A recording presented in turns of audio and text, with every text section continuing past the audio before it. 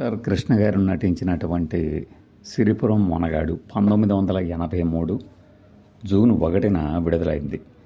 43 ఈ సిరిపురం మొనగాడు విషయానికి వస్తే కృష్ణ గారికి పునర్జన్మనిచ్చిన చిత్రంగా దీన్ని చెప్తారు. ఎలా అంటే అది సినిమాల పరంగా కాదు, సినిమా షూటింగ్ విషయంలో ఒక జరిగిన పొరపాటుతో ఫిరంగి పేలి ఆయన తీవ్రమైన ప్రమాదానికి లోను కావడం జరిగింది.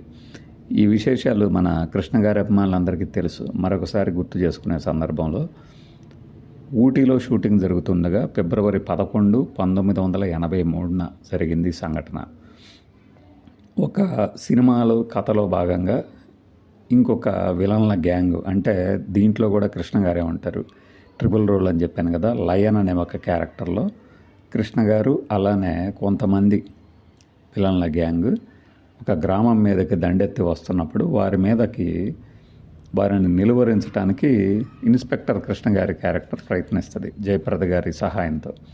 అక్కడే సుత్తివేలు గారు ఆయన అసిస్టెంట్. సుత్తివేలు గారు, కృష్ణ గారు ఇద్దరూ కలిసి ఆ మర ఫిరంగును పేల్చాలి.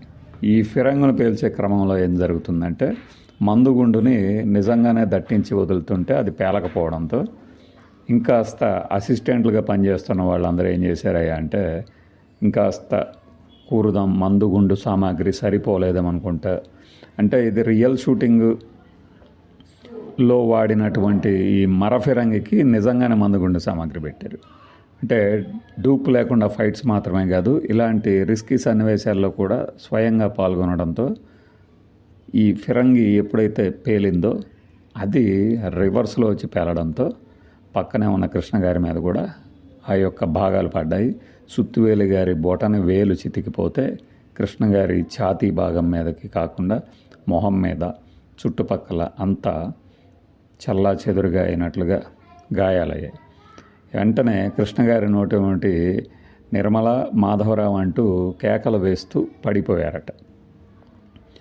వెంటనే అక్కడ ఉన్నటువంటి ఈ సెట్లో ఉన్నట్టు వాళ్ళ డైరెక్టర్ గారు కేఎస్ఆర్ దాస్ గారు, మిగిలిన వాళ్ళందరూ అక్కడికి పరుగున తీసుకెళ్ళి ఆసుపత్రిలో చేర్చారట. అదే ఊటీలో హోటల్లో ఉన్నటువంటి విజయ నిర్మల గారు, అలానే ఇదే సందర్భంలో ప్రత్యేకంగా చెప్పాలి, రాజ్ కుమార్ అనే మన శోభనం బాబు గారి సినిమా ఒకటి షూటింగ్ జరుగుతుంటే ఈ విషయం తెలిసి శోభన్ బాబు గారు కూడా కృష్ణ గారిని పరామర్శించడానికి ఆసుపత్రికి వెళ్ళి వచ్చారట. అది ఒక 10-15 రోజులు రెస్ట్ తీసుకోవాల్సి వస్తుందేమో అనుకున్నది కాస్త బాగా లేట్ అయింది. ఆ తర్వాత ఆయన వేరే సినిమా షూటింగ్తో తెర మీదకి వచ్చారు. అది కిరాయి కోటిగాడు సినిమా పాటల ఓపెనింగ్ సన్నివేశంతో వచ్చారు. అది వేరే విషయం. అయితే ఇక్కడ ఈ ఏదైతే స్పాట్లో ఈ ప్రమాదం జరిగింది అని తెలుసుకున్నారో, ఇక్కడ తెనాలిలో ఉన్నటువంటి కృష్ణ గారి భార్య ఇందిరాదేవి గారు, అలానే తమ్ముళ్ళు ఆశేషగిరావు, వీళ్ళందరూ కూడా వెంటనే అక్కడికి బయలుదేరి రావటం, మెడ్రాస్లో ఉన్నవాళ్ళు. ఇక్కడ తెనాలి నుంచి కృష్ణ గారి తల్లి గారు, తండ్రి వీళ్ళు ఆందోళన చెందటంతో డాక్టర్ల దగ్గర నుంచి సమాచారం వాళ్ళకి ట్రంక్ కాల్ ద్వారా తెలియజేయడంతో కుదుటపడ్డారు. ఇది కృష్ణ గారికి సంబంధించినటువంటి జీవితంలో జరిగినటువంటి అతిపెద్ద ప్రమాదం. 1983 ఫిబ్రవరి 11న జరిగింది. ఇదే సమయంలో మన మిత్రులు చెప్పింది ఏంటయ్యా అంటే, కూలీ సినిమా షూటింగ్లో అమితాబ్ బచ్చన్ గారు ఒక భారీ ఫైట్ సీక్వెన్స్లో పైనుంచి కిందకు దూకుతున్నప్పుడు ఆ టేబుల్ పక్కకు ఒరిగి టేబుల్ కొన కడుపులో గుచ్చుకోవడంతో కోమాలోకి వెళ్ళిపోయారట. అలా ఇద్దరు టాప్ స్టార్లు ఒకే కాలంలో ఇలా గాయాల బారిన పడటం, ప్రమాదాల బారిన పడటం. అప్పుడైతే కూలీ సినిమా షూటింగ్ చాలా రోజులు ఆగిపోయింది. అమితాబ్ బచ్చన్ గారు తిరిగి రావాలి క్షేమంగా అని చెప్పి చాలామంది పూజలు చేశారు. ఇది సిరిపురం మొనగాడు సినిమా సంబంధించిన విశేషం అయితే, అంటే విశేషంగా చెప్పుకోవాల్సిందైతే, ఈ సినిమా విజయవాడ జై హింద్లో 26 రోజులు హౌస్ఫుల్గా ఆడింది. 3 సెంటర్లో విజయవాడ, రాజమండ్రి, ఏలూరులో డైరెక్ట్గా 50 డేస్ ఆడటం జరిగిందని మన పాత డేటా రికార్డులు చెప్తున్నాయి. కృష్ణ గారికి బాగా వచ్చిన జంట జయప్రద గారు ఇందులో హీరోయిన్. పెద్ద కృష్ణ గారికి మన కేఆర్ విజయ్ గారు ఒక పెయిర్గా నటించారు. కేఆర్ విజయ్ గారి ఒక ఇన్స్పెక్టర్ భార్యగా కనిపిస్తే మరొక ఇన్స్పెక్టర్కి తల్లిగా కనిపిస్తారు. అలానే నూతన్ ప్రసాద్ గారు కృష్ణ గారి మేనమామగా ఈ సినిమాలో కనిపిస్తారు. తన తండ్రి మీద పడినటువంటి నిందని తెలుసుకోవటానికి, అసలు తన తండ్రి ఎందుకు బలవన్మరణం చెందాడు అనే విషయం తెలుసుకోవటానికి కృష్ణ గారు ప్రయత్నిస్తారు. అలానే అసలు ఒక ఊరి మీదకి ఈ దొంగల దోపిడీ గ్యాంగ్ సత్యనారాయణ గారి ఆధ్వర్యంలో ఎలా వస్తుంది, దానిని అడ్డుకోవటానికి ఇన్స్పెక్టర్గా కృష్ణ గారు తన విధి నిర్వహణ, అలానే తన తండ్రి మీద పడినటువంటి నిందమాపటము, ఈ 2 లక్ష్యాలతో పనిచేస్తాడు. సినిమా మొదటి సన్నివేశంలోనే స్మగ్లింగ్ చేస్తున్నటువంటి 2 దొంగల్ని కృష్ణ గారు పట్టుకోపోవటం, ఆ పట్టుకున్న దొంగల్ని పోలీస్ స్టేషన్లో వేసిన తర్వాత ఆయనే వెళ్ళి చితకబాతారు. అతను చనిపోతాడు, పట్టుకున్నటువంటి దొంగ. కానీ వాస్తవానికి అక్కడ జరిగేది, ఆ కృష్ణ గారి ప్లేస్లో అలానే ఉన్నటువంటి ఒక రౌడీ, లయన్ అనే ఒక రౌడీ వచ్చి ఇతని వేషంలో, కృష్ణ గారి వేషంలో వెళ్ళి చంపుతారు.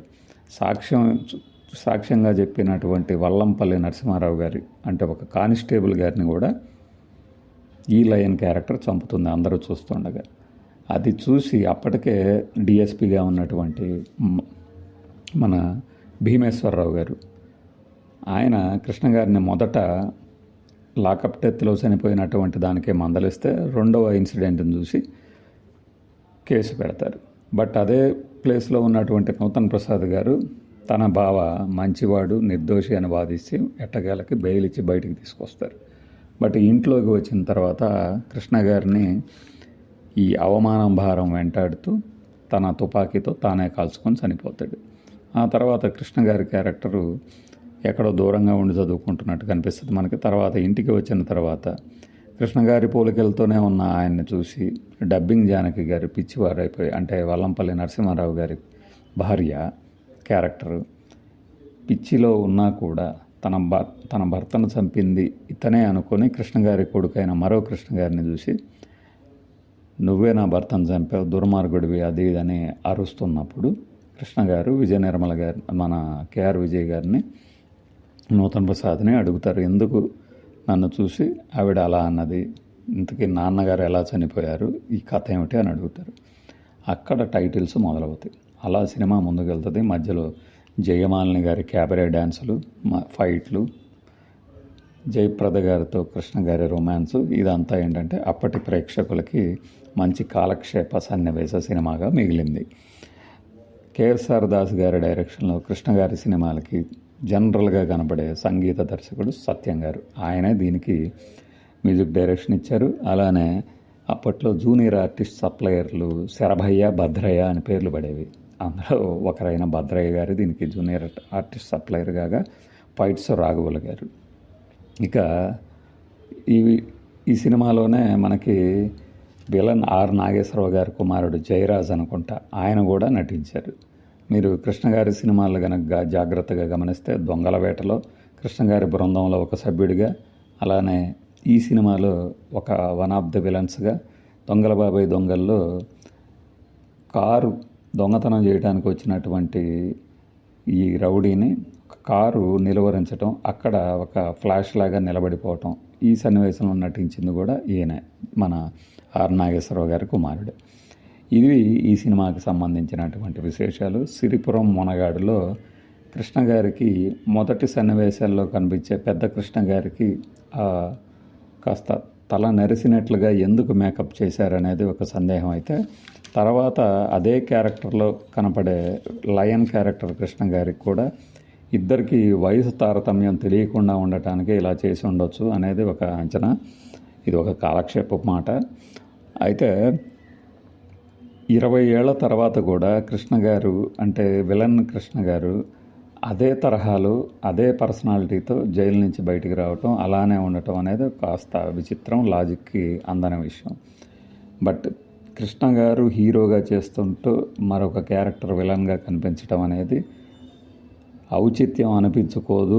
మన తెలుగు సినిమాల ఒరవడికి భిన్నం కాబట్టే చివరిలో మీ చేతి ముద్ద తిన్నాను కాబట్టి నేను మంచిగా మారుతానంటూ మంచిగా మారి చనిపోతాడు లయన్ క్యారెక్టర్లోని కృష్ణ.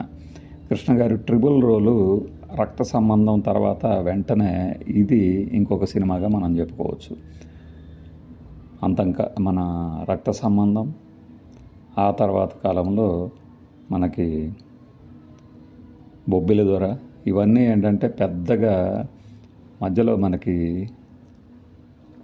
తేడా కనిపించదు మేకప్లో, కానీ చాలా తెలివిగా విగ్ రూపంలో కాస్త మార్పులు చేసి నిజంగానే ముగ్గురు కృష్ణలు ఉన్నారా అనిపించేలాగా భ్రమ కల్పిస్తారు. ఇది సిరిపురం మునగాడికి సంబంధించినటువంటి విశేషాలు. Thanks for watching. కృష్ణ గారు నటించినటువంటి సిరిపురం మునగాడు 1983 జూన్ 1న విడుదలైంది. 43 ఏళ్ల ఈ సిరిపురం మునగాడు విషయానికి వస్తే కృష్ణ గారికి పునర్జన్మనిచ్చిన చిత్రంగా దీన్ని చెప్తారు. ఎలా అంటే అది సినిమాల పరంగా కాదు, సినిమా షూటింగ్ విషయంలో ఒక జరిగిన పొరపాటుతో ఫిరంగి పేలి ఆయన తీవ్రమైన ప్రమాదానికి లోను కావడం జరిగింది. ఈ విశేషాలు మన కృష్ణ గారి అభిమానులందరికీ తెలుసు. మరొకసారి గుర్తు చేసుకునే సందర్భంలో ఊటీలో షూటింగ్ జరుగుతుండగా ఫిబ్రవరి 11, 1983 జరిగింది ఈ సంఘటన.